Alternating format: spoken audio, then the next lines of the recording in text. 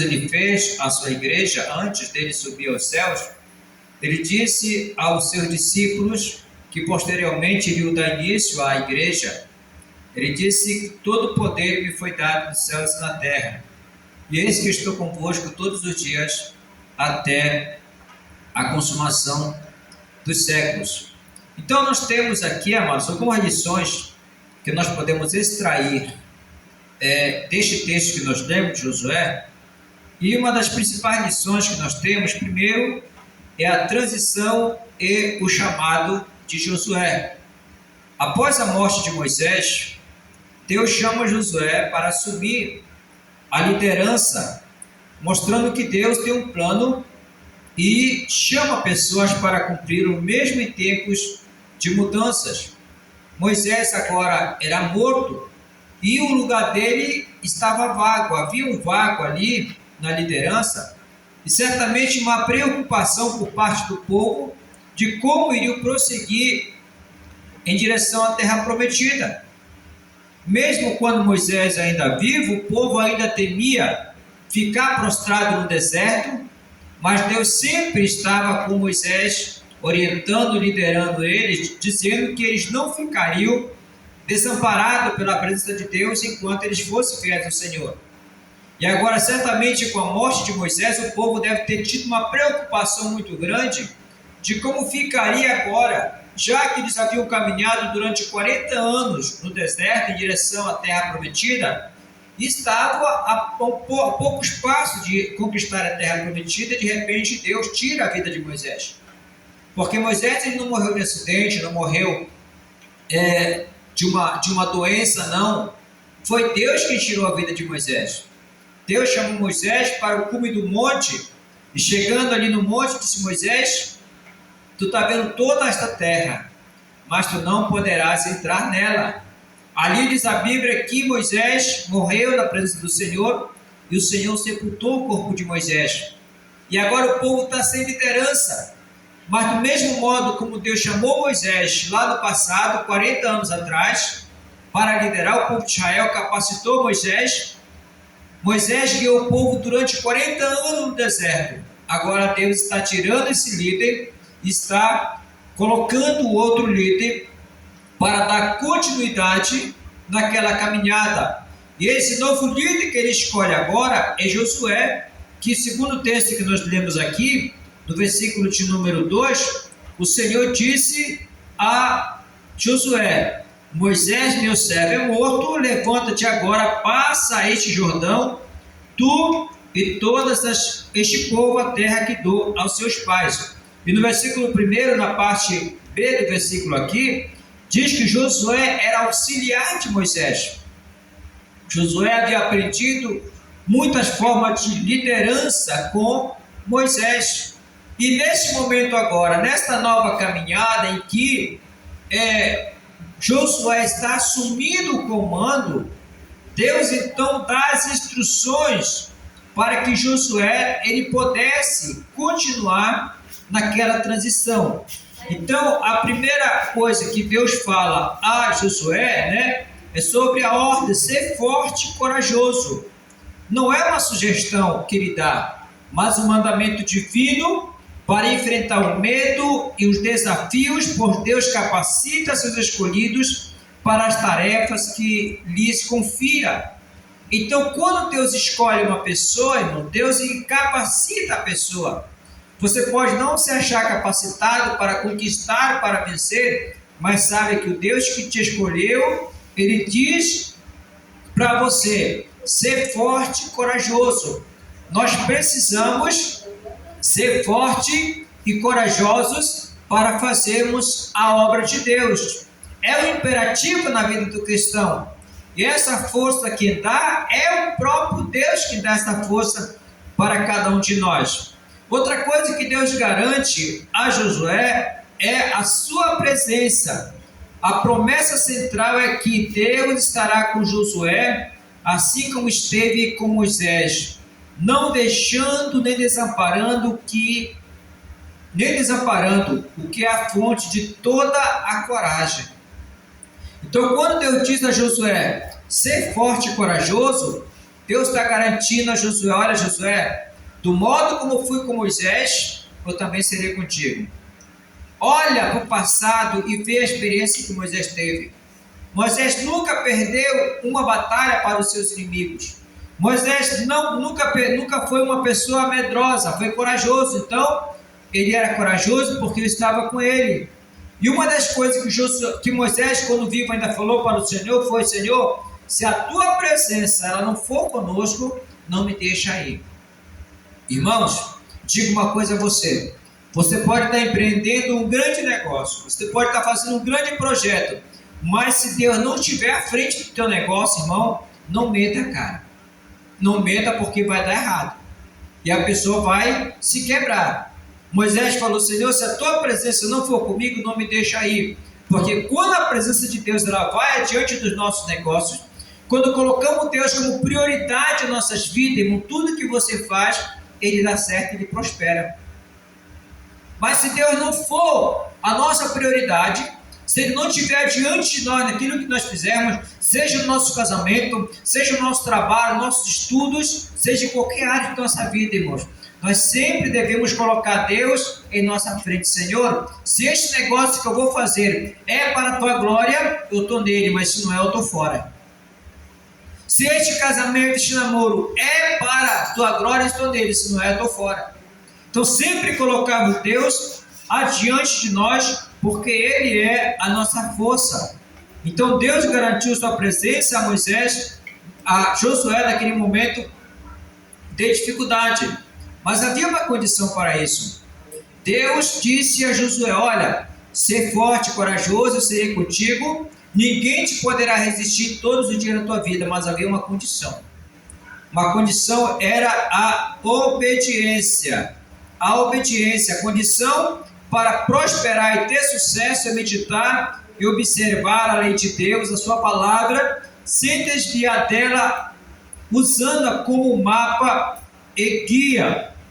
Louvado seja o nome do Senhor. Aqui no versículo de número 7, o Senhor disse a Josué: tão somente esforça-te, ser muito corajoso, cuide em fazer conforme toda a palavra que meu servo Moisés te ordenou.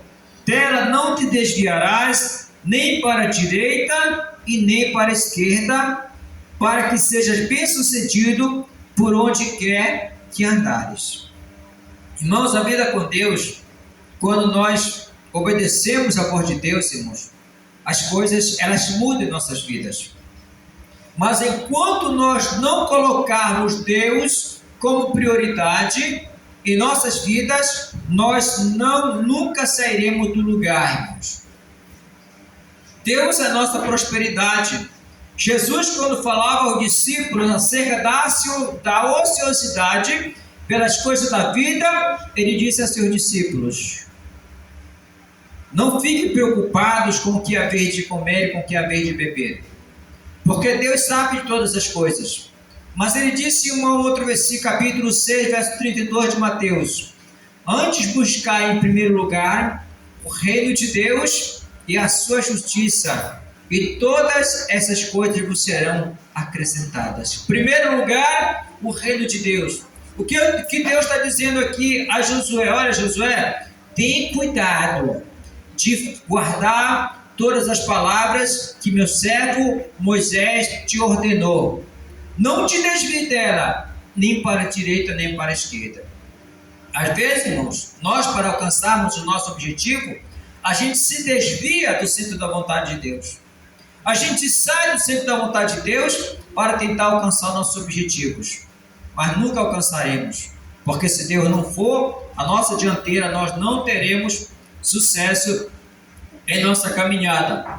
Outra lição que nós aprendemos: foco no futuro e não no passado. Embora honrando o passado, Josué é chamado a passar o Jordão e avançar para a terra prometida, superando a inércia e os medos do novo desafio. Josué agora poderia estar temeroso diante do grande desafio, liderar uma grande multidão, herdar a terra que foi prometida a seus pais muitos anos atrás. Moisés agora está nesta caminhada para conseguir levar o povo a chegar na terra prometida. E diante desse desafio, Moisés agora ele precisa somente olhar para frente, irmãos. Nós sempre somos orientados a olhar somente para frente. O escritor aos Hebreus diz que nós não somos dos que retrocedem, mas dos que avançam para alcançar a vida eterna. Deus também disse através do profeta Abacuque: o meu justo viverá pela fé. E se ele olhar para trás, eu não tenho prazer nele, a minha alma não tem prazer nele. Deus gosta de pessoas que olham para frente, amados. O passado, a nossa vida passada, o que ficou, nossos traumas, nosso anseio, deve ficar tudo para trás. A chamada de Deus é daqui para frente. Passa esse Jordão, não olhes para trás. Não fique pensando no passado, não, irmãos. Vamos deixar o nosso passado de lado e vamos seguir adiante para nós conquistarmos a terra prometida que o Senhor tem prometido a cada um de nós. Louvado seja o nome do Senhor. Outra coisa, né? É Deus como verdadeiro líder. Tanto Moisés quanto Josué eram servos, mostrando que Deus é quem lidera, usando instrumentos humanos para seus propósitos. Nossas vidas, amados, a partir do momento que nós colocamos a nossa vida na mão do Senhor, não é mais nós quem dirigimos nossas vidas. Nós não devemos, de forma alguma, tomar iniciativas se antes consultarmos ao Senhor nosso Deus. Uma vez o povo de Israel estava se voltando para o Egito, e Deus disse através do profeta: ai dos que descem ao Egito e pedem conselho que não é do Senhor. Muitas das vezes, irmãos, nós falhamos em nossa missão e às vezes deixamos de conquistar, então, certas conquistas, porque nós não consultamos ao Senhor se deve ser assim. A gente vai e faz do nosso jeito. Mas é Deus que nos dá a conquista, Deus que nos dá a vitória, irmãos. Se quando nós confiamos no Senhor, Ele passa a liderar as nossas vidas. Então eu quero trazer algumas aplicações pessoais aqui para nossas vidas, para nós finalizarmos esta reflexão do capítulo 1 de Josué. Em primeiro lugar, em meio a desafios. Irmãos, quando enfrentamos grandes mudanças ou tarefas, devemos nos lembrar que Deus está conosco e nos capacita, como Ele fez com Josué. Muitas das vezes, amados, nós somos desafiados nesta vida e nós deixamos de confiar em Deus. Nós deixamos de confiar em Deus. Mas o certo é nós confiarmos em Deus.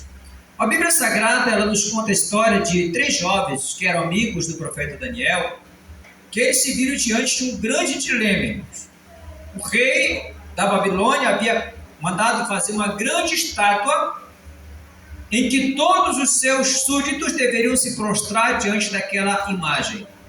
Haviam 3 jovens ali, hebreus, Sadraque, Mesaque e Abednego. Aqueles 3 jovens foram chamados pelo rei porque eles não queriam se prostrar diante daquela imagem. Olha o desafio que eles estavam enfrentando e observe a confiança que eles tinham em Deus. E quando eles chegaram perante o rei disse: ó Sadraque, Mesaque e Abednego, eu fiquei sabendo que vocês não querem se dobrar diante da imagem que eu acabei de fazer. Se vocês não se dobrarem diante dessa imagem, vocês serão lançados na fornalha de fogo ardente. A fornalha será aquecida 7 vezes mais, e lá vocês serão lançados para ser queimados pelo fogo. Olha, irmão, a coragem, a confiança que aqueles jovens tinham em Deus. Eles falaram ao rei o seguinte: olha, rei, fica sabendo uma coisa, que nós não vamos nos prostrar diante desta imagem. Se você quiser nos lançar na fornalha de fogo ardente, nos lança. O Deus a quem nós servimos, se Ele quiser nos livrar, Ele nos livrará. Mas se não, fica sabendo que nós não faremos a sua vontade, ó rei. Irmãos, Deus honra aqueles que confiam nele. Porque Deus não gosta de crente covarde, Deus gosta de pessoas corajosas. Por isso que Deus falou: Josué, ser forte e corajoso. E aqueles jovens foram lançados na fornalha de fogo ardente. Mas a Bíblia diz que nem um fio sequer dos seus cabelos foram queimados. Quando o rei olha dentro da fornalha, olha depois, ele não vê somente 3, mas ele vê o 4º homem lá com eles. Eles não se queimaram na fornalha porque eles confiaram em Deus. Porque eles foram fiéis ao Senhor nosso Deus. Quantas vezes, amado, nós sofremos um pequeno desafio e a gente não confia em Deus? Irmãos, nós temos que ter fé no Senhor. Se Deus diz que Ele vai prover para nós, nós devemos confiar no Senhor. Devemos dizer como o salmista disse no Salmo 23, o Senhor é meu pastor e nada me faltará. Nada me faltará. Ainda que eu ande pelo vale da sombra da morte, não temerei, porque tu, Senhor, estás comigo, a tua vara e o teu cajado me consolam. Mas às vezes a gente vê tanto crente frouxo, irmãos. Desculpa a expressão, mas é isso mesmo. São pessoas que se prostram diante de qualquer imagem. São pessoas que não têm fé para confiar em Deus, para dizer que o Senhor, para crer que o Senhor vai prover para ele. Deus faz coisas tão grandes, irmãos, quando nós confiamos nele. Quando um filho precisa de um pai, o pai vai dar um jeito de prover para ele. Mas se ele vê que o filho se vira, com qualquer coisa, o pai não vai prover para ele. Assim é Deus. Quando nós confiarmos em Deus, irmão, de todo o nosso coração, Deus lhe provê aquilo que nós precisamos. Mas nós precisamos confiar no Senhor. Sermos corajosos quando enfrentarmos o desafio, dizer, não, eu vou manter a minha fé em Deus vivo. Aconteça o que acontecer, Deus não vai me deixar só, porque assim tenho feito e Deus tem honrado a fé nele. Outra coisa que nós aprendemos contra o medo: a fé em Deus e sua palavra é o antídoto para o medo, o terror e o desânimo, nos encorajando a seguir em frente. Nós devemos perder todo o medo, amados. Existe aquele momento que a gente fica temeroso diante de alguma dificuldade, mas a fé em Deus e na sua palavra, ela é o antídoto, ou seja, ela é o remédio contra o medo, irmãos. Por isso, a Bíblia diz que nós não devemos temer o homem mau, temer os desafios. No livro do profeta Isaías, o Senhor diz, ainda se tu passares pelas águas, as águas não te submergerão. Se passares pelo fogo, a chama não arderá em ti. Eu estarei contigo, não temas. É Deus que fala para a gente não ter medo, Jesus também disse para a gente não temer a dificuldade. E finalizando, amados, nós temos aqui uma aplicação pessoal que é acerca da prosperidade, Louvado seja o nome do Senhor. Ele disse no versículo de número 8 e 9: não se afaste da tua boca o livro desta lei, medita nele dia e noite, para que tenhas cuidado de fazer conforme tudo o que nele está escrito, então farás prosperar o teu caminho e serás bem sucedido. Não te mandei eu? Esforça-te e tem bom ânimo, não pasme nem te espantes, porque o Senhor teu Deus é contigo por onde quer que andares. O que Deus está dizendo a Josué? Josué, se você fizer a sua parte, se você for obediente a mim, por onde você andar, Josué, eu vou ter contigo. Se você vai passar pelo fogo, Deus vai estar contigo. Se você for passar pelas águas, Deus vai estar contigo. Se você passar pelo vale da sombra e da morte, Deus vai estar contigo. Mas primeiro nós temos que ter o cuidado, irmãos, de que o livro da lei, esta palavra, nunca sai do nosso coração. O salmista, no Salmo 119, versículo 11, ele pergunta: de que maneira poderá o jovem manter puro o seu coração? Observando segundo a tua palavra. A verdadeira prosperidade vem da obediência e da meditação na palavra de Deus, não apenas de nossos próprios esforços, irmãos. Eu já fiz isso, irmãos. O que eu falo aos irmãos, eu falo por experiência própria. Quantas vezes eu já quis conquistar com minha própria força, do meu jeito, nunca deu certo, irmãos. As coisas só começaram a melhorar a partir do momento que eu descansei no Senhor. Eu contei aos irmãos que quando eu conheci a Igreja de Deus e resolvi obedecer os mandamentos de Deus, porque eu já conhecia antes, mas eu não obedecia, eu tive uma grande dificuldade, irmãos. A minha maior dificuldade que eu encontrei na Igreja de Deus foi a guarda do sábado. E por quê, irmãos? Porque eu trabalhava e eu recebia no sábado meio-dia. E todos os patrões que eu tinha queriam desta maneira. E eu pensava o seguinte: o dia que eu deixar de trabalhar no sábado, eu vou passar necessidade. Pensava eu. As portas, como é que eu vou pagar meus boletos? Como é que as coisas vão acontecer? Uma vez que eu preciso trabalhar no sábado. Na minha mente, irmãos, eu precisava fazer isso. Só que eu li um versículo na Bíblia Sagrada, irmãos, que me chamou muita atenção. Foi quando Deus mandou aquele maná no deserto para o povo. Deus falou: olha, você escolhe todos os dias alimento para um dia. No sexto dia eu dou pão para 2 dias. Por que Deus disse isso? Ele falou: no sexto dia eu vou dar alimento para 2 dias, para que no sétimo dia ninguém saia do seu lugar. Digo, vou pegar Deus nessa palavra aqui. Eu vou usar a minha fé e Deus vai fazer a parte dele. Naquele dia em diante eu disse: a partir de hoje, eu ainda não era batizado. Eu falei: Senhor, é a tua palavra que diz aqui, olha, no sexto dia tu vai dar pão para 2 dias. Tu vê que eu ganho pouco. Se eu não trabalhar no sábado, eu vou ter que passar sábado e domingo, né? Geralmente no domingo as pessoas não trabalhavam, na época não tinha trabalho, só queriam na segunda-feira até sábado. Eu digo: Senhor, esta é a tua palavra aqui, tu vai fazer valer a tua palavra, eu vou usar a minha fé. E deu errado, irmãos? Foi fácil para mim? Não foi fácil, irmão. Não foi fácil, não. Quantas vezes eu fui desafiado? Eu trabalhava até sexta-feira, o camarada dizia: passa amanhã aqui meio-dia para receber. Eu tinha que estar na igreja. Eu digo: não, Senhor, não aceito, não. Tu diz que a gente tem que ser forte e corajoso. A tua palavra diz, Senhor, que se a gente obedecer, as tuas bênçãos seguirão. Quebra essa maldição, Senhor, porque isso é obra do Satanás, querendo que eu faça a vontade dele. Irmão, mas era Deus me provando, não era Satanás não, irmão, era Deus me provando. Os melhores trabalhos apareceram me trabalhar no sábado, irmão.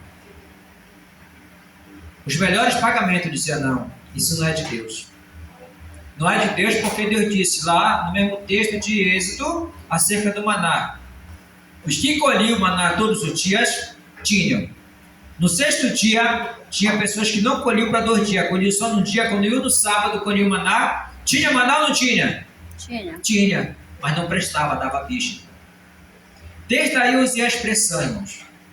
Falo para a irmã Luana e falo para alguns irmãos: trabalhar no sábado dá bicho. Você quer experimentar? Você quer que Deus te prove? Ou tu quer receber meu testemunho como prova disso? Às vezes eu brincava com meu sogro e falava: não, mas tu foi no sábado. Eu falei: não, no sábado não. No sábado dá bicho no maná. Ele não entendi o que é. Eu fui explicar para ele. Ele falou: mas não é que é verdade mesmo? Meu irmão Jair trabalha no comércio. Um dos melhores dias de venda é o sábado. Foi uma das maiores dificuldades dele. Mas o irmão Jair prosperou mais quando ele parou de trabalhar no sábado. Está aí, irmão Jair. Pela graça de Deus. Essa época agora, hoje, no comércio, dia de venda. Mas o irmão Jair está fazendo a vontade de Deus. Amanhã ele vai trabalhar, porque amanhã o comércio é aberto. E ele vende o dobro do que ele iria vender hoje. Porque Deus honra, irmãos. Deus honra aqueles que honram Ele. Então, quando Deus fala: olha, Moisés, Josué, tu faz primeiro a tua parte.